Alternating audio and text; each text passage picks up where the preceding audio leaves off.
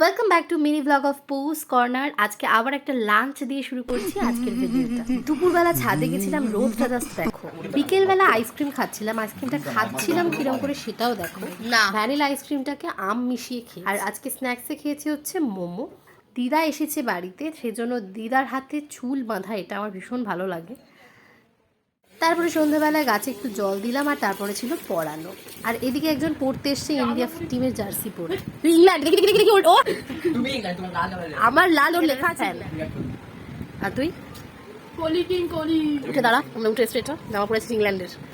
কাল যেহেতু জামাই ষষ্ঠী, দিদা পাচ্ছে দই, তোমাদেরকে শেয়ার করি কিভাবে পাচ্ছে। ফার্স্টে 1 লিটার দুধ নিয়েছে, সেটাতে বাতাসা মিশিয়ে ভালো করে ফুটিয়ে নিয়ে তারপরে এটাকে পাখার হাওয়াতে ঠান্ডা করছে। এই সময় যেন কোনো সর না পড়ে, সেজন্য এটা কন্টিনিউয়াস নাড়াতে হবে। তারপরে যে দইয়ের ছাঁচ যেটা ছিল সেটা ভালো করে মিশিয়ে এই কড়ির বাটিতে বসিয়ে 8 to 10 আওয়ার্স গরম জায়গাতে রাখতে হবে, তারপরে এটা ফ্রিজ করতে হবে, ব্যাস।